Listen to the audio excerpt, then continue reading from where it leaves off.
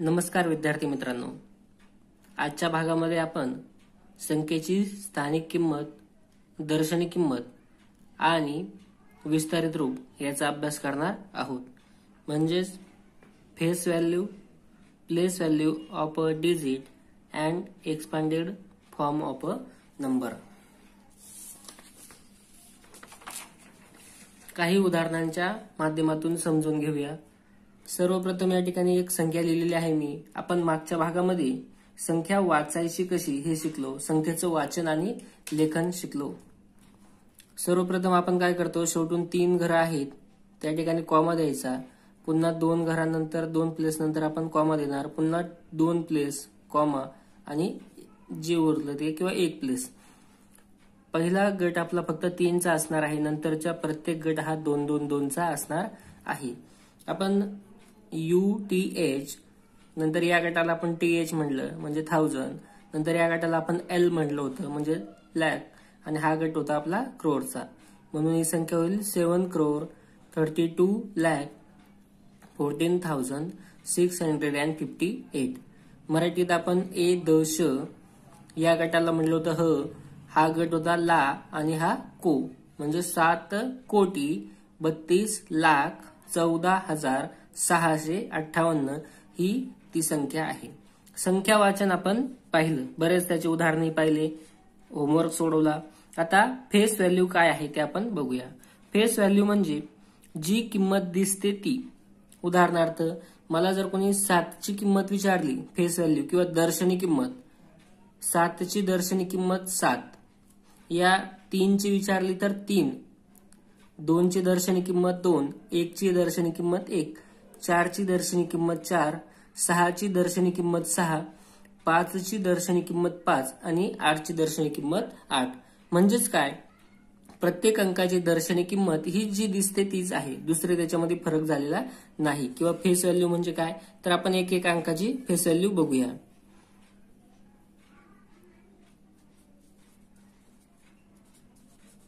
Face value of 7 is 7. 7ची face value काय आहे तर 7 आहे. 7ची दर्शनी किंमत 7 आहे. Face value of 3 is 3. 3ची फेस व्हॅल्यू दर्शनी किंमत ही 3च आहे. मराठीतही लिहू आपण वाटलं तर. 7ची दर्शनी किंमत बरोबर 7. पुढे या ठिकाणी 3ची दर्शनी किंमत बरोबर 3.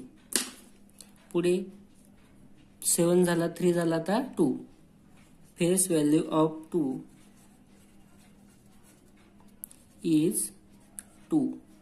2ची दर्शनी किंमत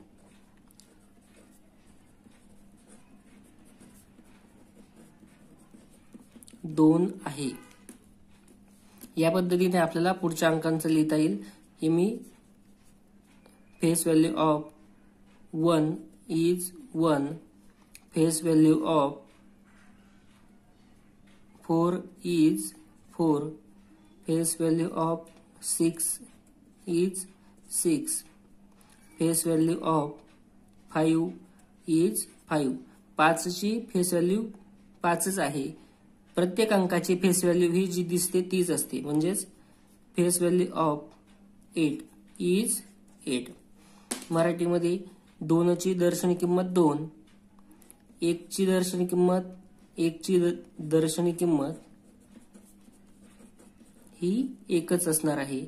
नंतर 4ची दर्शनी किंमत ही 4 आहे.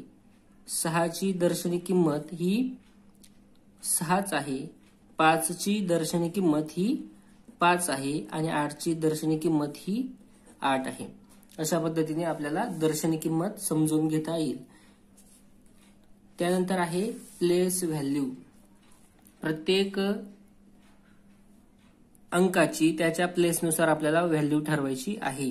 सर्वप्रथम आपण काल पाहिलं त्या पद्धतीने संख्या वाचन शेवटच्या 3 अंकांचा एक गट केला, त्यानंतर 2 अंकांचा एक गट, पुन्हा 2 अंकांचा गट, या पद्धतीने आपण आधी कॉमा देऊन घेतले म्हणजे आपल्याला संख्या वाचायला सोपं होईल. संख्या कळाल्यानंतर आपल्याला त्याचं प्लेस व्हॅल्यू लिहिणं सोपं जाईल आणि एक्सपांडेड फॉर्म लिहायला किंवा विस्तारित रूप लिहायला देखील सोपं जाणार आहे. मग एकदा मी मराठीत लिहितो. आपण 3 जे आहेत घरं, या 3 घरांना काय म्हटलं होतं? ए द श. नंतर हे जे पुढचे 2 घरं आहेत हे ह. नंतर पुढचे 2 घरं ला आणि पुढे 2 घरं असतील ते को. परंतु या ठिकाणी एकच आहे म्हणजे तो 05. आता या 3 एक एक घर आहे प्रत्येकाला. या ह साठी आपण 2 घरं दिले. याचही विभागणी पाहून घ्या. उजवीकडचा जो आहे तो फक्त 1000 आणि डावीकडचा जो राहील त्याला आपण 10,000 असं म्हणायचं आहे. पुन्हा लाखचे आपण 2 घरं आहेत त्याची विभागणी जर केली तर उजवीकडचा आहे तो लाख आणि त्याच्या डावीकडे जो आहे तो 10 लाख असं आपल्याला लिहिता येईल. लाख किंवा लक्ष म्हणू शकतो आपण. आणि कोटी किंवा क्रोर याचं देखील तसंच. जो उजवीकडचा आहे त्याला कोटी आणि जो डावीकडचा आहे त्याला 10 कोटी. अशा पद्धतीने आपण समजून घेऊ. त्यानंतर आता स्थानिक किंमत काय आहे तर प्रत्येक अंकाची त्याच्या घरानुसार किंवा त्याच्या स्थानानुसार आपल्याला किंमत ठरवायची असते. इंग्रजीत वरती लिहून घेतो UTH. नंतरचे 2 घरं मिळून आपण लिहितो TH. नंतरचे 2 घरं आपण लिहितो L आणि पुढे आहे C. ही संख्या सहज वाचता येईल. आता 5 crore 48,63,297. 5 कोटी 48,63,297. आपल्याला आता याची स्थानिक किंमत पाहायची आहे. काय करूया? सर्वप्रथम मी प्रत्येक अंकाच्या खाली एक बाण करून घेतो. या 7ची स्थानिक किंमत 7 आहे कारण तो एकक स्थानावर आहे आणि एकक स्थानावरची किंमत ही अंका एवढीच असते. पुढे आहे 9 किंवा 9ची आपल्याला प्लेस व्हॅल्यू ठरवायची आहे. काय आहे प्लेस व्हॅल्यू? तर हा 9 लिहून घ्या पहा एकदा. आणि त्याच्या उजवीकडे जेवढे घरं आहेत तेवढे आपल्याला 0 द्यायचे आहेत. 9च्या उजवीकडे फक्त 1 डिजिट आहे म्हणून मी त्या ठिकाणी 10 लिहितो. मग त्या ठिकाणी ती किंमत झाली आहे. 9ची प्लेस व्हॅल्यू आहे 90. आता हे आपल्याला एक दुसऱ्या भाषेत पण लिहायचं आहे बघा. हा 7 मी कसा लिहू शकतो? 7 into 1. 90 लिहिताना मी 9 into 1 असं लिहा आणि किती 0 आलेत? 1 म्हणून 10. याचा अर्थ 9 into 10 ही झाली त्याची प्लेस व्हॅल्यू 90. पुढे आहे 2. या 2च्या बाबत प्लेस व्हॅल्यू साठी आपल्याला 2 लिहून घ्यायचं आहे. त्याच्या पुढे आहेत किती घरं? 2 म्हणून आपण या ठिकाणी 2 शून्य द्यायचे आहेत. 2 zeros आपण त्या ठिकाणी लिहून घेतले. आता ती झाली 200. प्लेस कोणता आहे? 100 म्हणून त्याची जी व्हॅल्यू आहे ती 100च्या पटीत असणार आहे. या ठिकाणी एकक आहे तर 1च्या पटीत. ही दशक म्हणजे 10च्या पटीत. बघा 90 आली. ही जी आहे 100च्या पटीत म्हणजे 200. ही आहे ती 1000च्या पटीत असणार आहे म्हणजे 1000च्या पटीत असेल. बरं याला आपल्याला आता ह्या स्वरूपात लिहिता येईल का? तर 2 म्हणजे 2 into 1 असं लिहून घेतलं मी. 2 गुणिले 1 लिहून घेतलं आणि त्याच्यावर किती शून्य होते? 2 म्हणून या ठिकाणी मी 2 शून्य दिले. किंवा 100 100च्या घरात आहे म्हणून मी 100 ने गुणेल त्याला. 100 into 2 200. पुढे आहे 3. या 3ची प्लेस व्हॅल्यू काय असणार आहे? तर मी 3 लिहून घेतला. 3च्या पुढे आहेत 1 2 3. 3 डिजिट आहेत म्हणून मी त्याच्यावर 3 zeros दिले. नंतर आता काय होईल? ही 300. आता 300 मला गुणाकार स्वरूपात कसं लिहिता येईल किंवा मल्टिप्लिकेशनच्या स्वरूपात कसं लिहिता येईल? तर 3 into 1 लिहा आणि त्यानंतर किती zeros आहेत? 3 म्हणून मी या ठिकाणी 30 लिहिल. म्हणजेच काय? 3 into 1000 म्हणजेच किती? 3000. पुढे आहे 6. या 6ची आपल्याला प्लेस व्हॅल्यू ठरवायची आहे. सर्वप्रथम 6 लिहून घ्यावं लागेल आणि 6च्या पुढे किती डिजिट आहेत? 1 2 3 4 म्हणून मी या ठिकाणी 1 2 3 4 डिजिट लिहून घेतले 0. आता ही जी व्हॅल्यू आहे आपल्याला ही मल्टिप्लिकेशनच्या स्वरूपात कसं लिहिता येईल? तर 6 into 1 लिहायचं आपण आणि त्यानंतर या ठिकाणी किती 0 आहेत ते बघूया. 1 2 3 4 म्हणून 1 2 3 4. याचा अर्थ 6 into 10,000. आता यावरून तुम्हाला लक्षात येत असेल की हा जो 6 डिजिट आहे हा कोणत्या घरात आहे? तर 10,000च्या घरामध्ये आहे. हा 3 जो आहे हा 1000च्या घरात आहे, 2 आहे हा 100च्या घरात आहे. आपण वरती तसं लिहिलेलं आहेच, परंतु अजून स्पष्ट होईल याच्याने. पुढे आहे 8. 8ची प्लेस व्हॅल्यू 8 लिहून घेतला. 8ची स्थानिक किंमत. 8च्या पुढे किती घरं आहेत? 1 2 3 4 5, म्हणून मी यावर 5 शून्य दिल. 1 2 3 4 5, 3 घरावर कॉमा नंतर 2, म्हणजे याची किंमत आहे 8 लाख. 8 लाख. आता ही 8 लाख आपल्याला गुणाकाराच्या स्वरूपात कसं लिहिता येईल? मी हे का लिहितोय? कारण आपल्याला पुढे जे विस्तारित रूप लिहायचं आहे किंवा एक्सपांडेड फॉर्म लिहायचं आहे, त्यासाठी आपल्याला हे कामात येणार आहे. आणि हे लक्षात येईल तुम्हाला की हे डिजिट जे आहे हे कोणत्या घरात होतं किंवा काय कोणत्या प्लेसवर होतं, त्यासाठीही हे महत्वपूर्ण आहे. 8 into 1 आणि नंतर 1 2 3 4 5, 5 झिरो आहेत म्हणून मी 1 2 3 4 5 अशा पद्धतीने लिहून घेतलं. पुढे आहे 4. 4ची प्लेस व्हॅल्यू 4 लिहून घ्यायचा आहे. त्यानंतर त्याच्या पुढे किती डिजिट आहेत बघूया. 1 2 3 4 5 6, म्हणून मी या ठिकाणी 1 2 3 4 5 आणि 6 एवढे झिरो देऊन घेतले. आणि आता ही आपल्याला मल्टिप्लिकेशन स्वरूपात लिहून घ्यायची आहे. 4 into 1 लिहिला आणि पुढे 1 2 3 4 5 6, 6 झिरो आहेत म्हणून या ठिकाणी मी 6 झिरो लिहितो. ही संख्या आहे 10 लाख. 4 गुणिले 10 लाख, याचा अर्थ 4 कोणत्या घरामध्ये आहे? 10 लाख या घरामध्ये आहे किंवा 10 लाखाच्या घरात आहे. आणि शेवटी आहे 5. या 5ची प्लेस व्हॅल्यू 5 लिहून घेतला. पुढे डिजिट आहेत 1 2 3 4 5 6 7, म्हणून 7 झिरो. 1 2 3 4 5 6 7. आता 5 into 1 आणि पुढे किती झिरो द्यावे लागतील आपल्याला? 1 2 3 4 5 6 7, 1 2 3 4 5 6 7 आहे क्रोर आणि हा 5, म्हणजे 5 into क्रोर 5 क्रोर. आणि त्याची प्लेस कोणती होती? तर क्रोरच्या घरामध्ये तो होता. अशा पद्धतीने आपल्याला प्रत्येक अंकाची दर्शनी किंमत आणि स्थानिक किंमत लिहिता येईल. प्लेस व्हॅल्यू लिहिताना आपल्याला या पद्धतीने लिहायची आहे. आणि फेस व्हॅल्यू तर जी दिसते ती, त्या संख्येकडे पाहिल्या क्षणी तुम्हाला जो अंक वाचता येईल, ज्या अंकाकडे पाहिल्यानंतर आपल्याला जो अंक दिसतोय तोच त्याची किंमत, तोच त्याची दर्शनी किंमत. आता एक अंक असा असतो बघा की ज्याची फेस व्हॅल्यू आणि प्लेस व्हॅल्यू दोन्हीही सेम असते, तो आहे 0. 0ची face value is equal to place value. प्रश्न विचारला जातो कधी कधी की असा कोणता अंक आहे की ज्याची स्थानिक किंमत आणि दर्शनी किंमत ही समान आहे. स्थानिक किंमत आणि दर्शनी किंमत दोन्हीही काय आहेत? समान. कोणत्या अंकाची? 0ची. हे लक्षात ठेवा. पुढे अजून नंबर आणि त्यावरील झिरोची संख्या काय आहे पहा. आपण एखादा नंबर जर लिहिला 1, तर त्या एक मी मराठीत किंवा 1 त्यावर शून्य किती असतात? तर काहीच नाही. नंबर ऑफ 0 0 किंवा त्याच्यावर शून्य नसतोच. नंतर आहे 10, 10. 10 वर झिरोची संख्या 1, म्हणजे मी 1 लिहितो तिकडं आणि या ठिकाणी 0 काढतो, किती झिरो असणार आहेत ते. नंतर आहे 100 किंवा शतक, त्याला म्हणतो आपण 100. 100 वरच्या झिरोची संख्या आहे 2, म्हणून या ठिकाणी लिहून घेतो मी 2. आता हे जे 3 आहेत हे तिघही प्रत्येकाचे एक एक घर असतात. आपण ए द श या स्वरूपात त्याला लिहिलंय.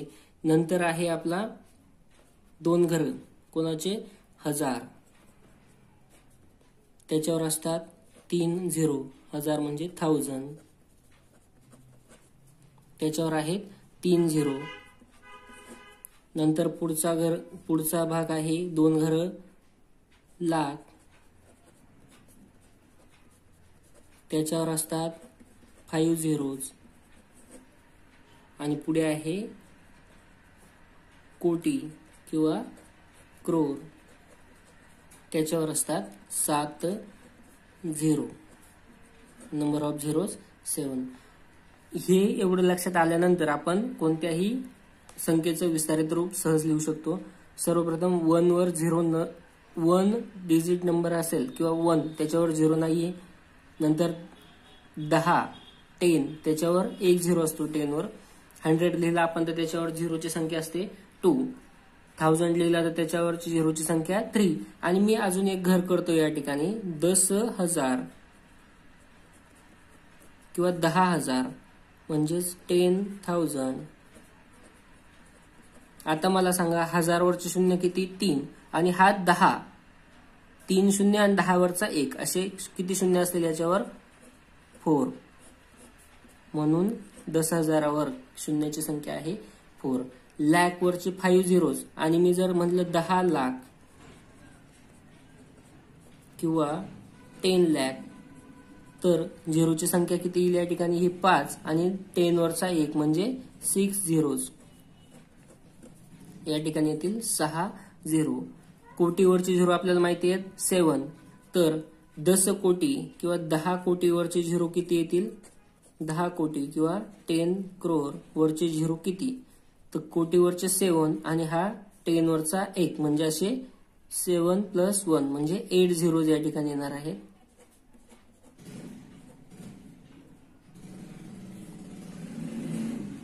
पुढे 2 घरं आहेत अब्जचे. अब्जवरची झिरोची संख्या 9 आणि 3. आणि जर मी 10 अब्ज लिहिला किंवा 10 अब्ज तर त्याच्यावरची झिरोची संख्या 9 अधिक 10 वरचा 1 म्हणजे 10. 1 2 3 1 2 3 1 2 3 1 एकूण झालेले आहेत 10 झिरोज. अशा प्रकारे लक्षात ठेवा की कोणत्या संख्येवर किती शून्य असणार आहेत. Expanded form of the number, संख्येचे विस्तारित रूप. तर संख्या ही विस्तारित रूपात कशी लिहायची ते आपण आता पाहूया. सर्वप्रथम आपल्याला प्रत्येक अंकाची स्थानिक किंमत माहित असावी. त्यावरून आपण त्याला विस्तारित रूपात लिहू शकतो. म्हणजेच आपल्याला प्रत्येक अंकाची प्लेस व्हॅल्यू माहित असावी म्हणजे आपण त्याला एक्सपांडेड फॉर्म मध्ये लिहू शकतो. आता मला पहिल्यांदा मी 2-3 प्रकारे लिहून दाखवणार आहे. पहिला प्रकार बघा. आधी आपल्याला या संख्येला डिवाइड करून घेतो मी. पहिल्यांदा 3 नंतर 2 या पद्धतीने म्हणजे ए दश ह ला. याचा अर्थ ही संख्या झालेली आहे 27,84,356. UTH आणि हा आहे L म्हणजे 27,84,356. आता या संख्येला आपल्याला काय करायचंय तर विस्तारित रूपामध्ये लिहायचं आहे.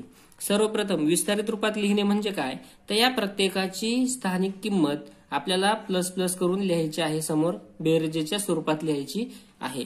मग या 2 ची प्लेस व्हॅल्यू काय तर आपल्याला सांगितल्याप्रमाणे 2 लिहून घ्यायचा. त्याच्या पुढे किती घरं आहेत 1 2 3 4 5 6 1 2 3 4 5 6 ही झाली त्याची प्लेस व्हॅल्यू. पुढे आहे 7 ची प्लेस व्हॅल्यू काय कशी लिहिता येईल आपल्याला 7 लिहून घेतला. त्यानंतर 7च्या पुढे जेवढे घर दिसत आहे उजवीकडे तेवढ्या सर्व घराने एवढे शून्य आपल्याला द्यायचे आहेत म्हणजे 1 2 3 4 5 1 2 3 4 आणि 5. पुढे आहे 8 ची प्लेस व्हॅल्यू लिहायची आहे. 8च्या पुढे आहेत 1 2 3 4 1 2 3 4. पुढे आहे 4. या 4 ची प्लेस व्हॅल्यू लिहिण्यासाठी मला त्याच्या पुढे किती प्लेस आहेत ते बघतो 1 2 3 म्हणून मी त्या 4 वर 3 झिरोज देईल. नंतर आहे पुढे प्लस. पुढे आहे 5. या 5 वर 5च्या पुढे 4 झाला. नंतर 3च्या पुढे किती घरं आहेत तर 2 म्हणून मी त्या 3 वर देणार आहे 2 शून्य, म्हणजे त्याची किंमत झाली 300 प्लस आता 5 आहे, 5च्या पुढे एक घर आहे म्हणून मी 1 शून्य देतो प्लस 6 लिहून घेतला आणि 6च्या पुढे एकही घर नाही म्हणून त्याच्यावर शून्य द्यायचा नाही. हे झालं आपलं त्या संख्येचं विस्तारित रूप. एवढं सोपं आहे पहा विस्तारित रूप लिहिणं. परंतु आपण काय करणार आहोत, हे एक प्रकारे झालं. आपल्याला अजून वेगळ्या प्रकारे विस्तारित रूप लिहिता येईल का ते पाहूया. सर्वप्रथम मी या पहिल्या संख्येमधला 2 लिहून घेतो आणि त्याला 1 ने गुणतो. 2 into 1 असं लिहून घेतलं मी. प्रत्येक अंकाला काय करायचं, 1 ने मल्टिप्लाय करून घ्यायचं, अशा पद्धतीने लिहा. नंतर याच्यावर 0 किती आहेत, 1 2 3 4 5 6. बघा तुम्हाला या संख्येवरून हे लिहिता आलं, याच्यावरून हे लिहिता येणार आहे आणि याच्यावरून परत अजून एक सांगेल ते लिहिता येणार आहे. एकमेकांवरून तुम्हाला तीनही प्रकारे विस्तारित रूप लिहिता येईल. मग आता बघा मी या 2 ला 2 गुणिले 1 असं लिहून घेतलं. नंतर शून्य मोजतो, 1 2 3 4 5 6. जेवढे शून्य आहेत ते त्या एकावर ठेवून देऊ आपण. आता 1 2 3 4 5 6 प्लस पुन्हा प्लसचं साईन. आता हा जो 7 आहे त्याला परत 7 into 1 असं लिहून घेतलं. नंतर 1 2 3 4 5. 5 झिरोज आहेत ते 1 वर ठेवू. 1 2 3 4 5 प्लस बघा हा एक भाग झाला. नंतर मी प्लस दिलं, परत हा एक भाग आहे म्हणून परत पुन्हा प्लस. आता आहे 8 into 1 लिहिलं. त्याच्यानंतर 1 2 3 4. या ठिकाणी 4 झिरोज आहेत ते या ठिकाणी लिहून घेतो. आता ही संख्या झाल्यानंतर मला पुन्हा प्लस लिहावं लागेल. प्लस पुढे आहे 4 into 1 करायचंय. 4 गुणिले 1 आणि त्याच्यावर किती शून्य आहेत, 3. म्हणून मी या एकावर 3 शून्य लिहितो. अधिक पुढे आहे 3 गुणिले 1 लिहा, त्याच्यावर किती शून्य आहेत, 2.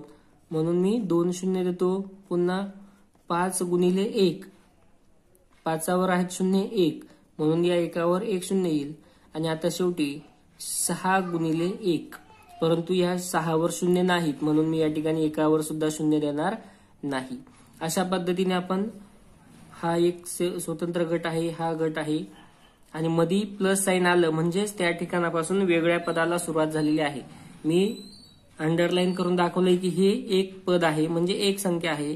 नंतर इथून इथपर्यंत 1, इथून इथपर्यंत 1 आणि मधी प्लस किंवा मायनसचं साईन आलं का त्या ठिकाणी आपला खंड पडणार आहे, तिथून वेगळ्या याला सुरुवात होईल. अजून एका प्रकारे आपल्याला विस्तारित रूप लिहिता येतं. बघा एवढं विचारणार नाहीत परंतु आपल्याला माहित असावं म्हणून आपण 3 प्रकारे विस्तारित रूप लिहिणार आहोत. तर आता तिसऱ्या प्रकारे कसं लिहिता येईल बघूया. सेम याच्यावरूनच लिहायचं आहे आपल्याला. मग ह्या ठिकाणी लिहिताना मी काय केलं होतं, 2 into 1 किंवा 2 गुणिले 1 आधी लिहून घेतला होता. आता लिहून घेताना मी 2 गुणिले 10 लिहून घेणार आहे. 2 गुणिले 10 आणि त्याच्यानंतर पुन्हा हे शून्य मोजूया. 1 2 3 4 5 6. 6 शून्य होते म्हणून मी या 10च्या डोक्यावर 6 लिहिणार आहे. याचा अर्थ असतो 10चा 6वा घात किंवा 10⁶. 2 into 10⁶.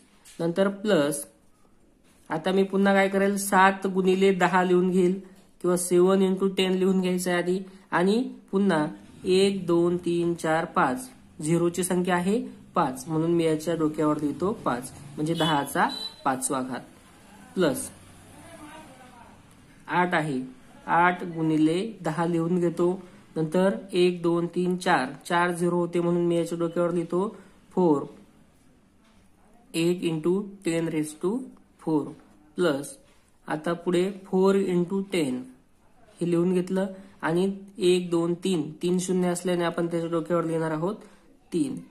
पुढे प्लसचं साईन द्यायला विसरायचं नाही. बघा प्रत्येक टप्पा संपल्यानंतर मी प्लसचं साईन दिलेलं आहे.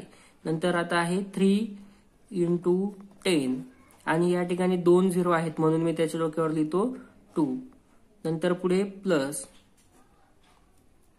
3चं झालं आता 5. 5 into 10. 10 किती झिरो आहेत 1 म्हणून मी या 10च्या डोक्यावर लिहितो 1. आता अर्थात हा 1 लिहिला नाही तरी चालतो परंतु आपण आता एक्सपांडेड फॉर्म लिहितोय म्हणून मी लिहिलं त्या ठिकाणी. नंतर आहे 6 into 10च लिहिणार मी. बघा प्रत्येकाला या ओळीमध्ये आधी आपण काय लिहून घेतलं होतं, प्रत्येकाला गुणिले 1 लिहिला आणि नंतर वरच्या संख्येमध्ये जेवढे शून्य आहेत ते त्याच्यावर ठेवून दिले. हा झाला दुसरा प्रकार. आणि आता तिसऱ्या ठिकाणी आपण काय केलं, प्रत्येक अंकाला 10 ने आपण गुणून घेतलंय. 2 × 10, 7 × 10, 8 × 10 आणि नंतर त्याचा घातांक कितवा त्याच्या डोक्यावरची संख्या ठरवायची आहे. तर किती असणार आहे ते आपण या शून्यवरून ठरवलं. जेवढे शून्य असतील तेवढे त्या 10च्या डोक्यावर लिहून द्यायचे. मग आता या ठिकाणी 6 × 10 तर मी लिहून घेतलं, परंतु 6 × 1 = 6, त्याची किंमत तर 6च आहे आणि मी 6 × 10 लिहिलं, मग ही किंमत जास्त होईल. मग असं न व्हायला नको यासाठी मी काय करणार, 6 × हा इथपर्यंत एक आलाय. दुसरी गोष्ट 6वा घात, 5वा, 4था, 3रा, 2रा, पहिला आता काय येणार आहे 0. बरोबर. कोणत्याही संख्येचा शून्य घात हा 1 येतो, म्हणजे 1 × 6 बरोबर 6. किंमतही बदलायला नको. हे जे आपण लिहिलंय या ठिकाणी ही संख्या आणि हे 3 प्रकार या सगळ्यांचा अर्थ एकच होतो, म्हणजे ही संख्या 27,84,356 हाच अर्थ या सगळ्याचा होतो. एका ठिकाणीही चेंज झालेला नाही. किंमत न बदलता आपण हे सर्व लिहित असतो. याला विस्तारित रूप असं म्हणतात.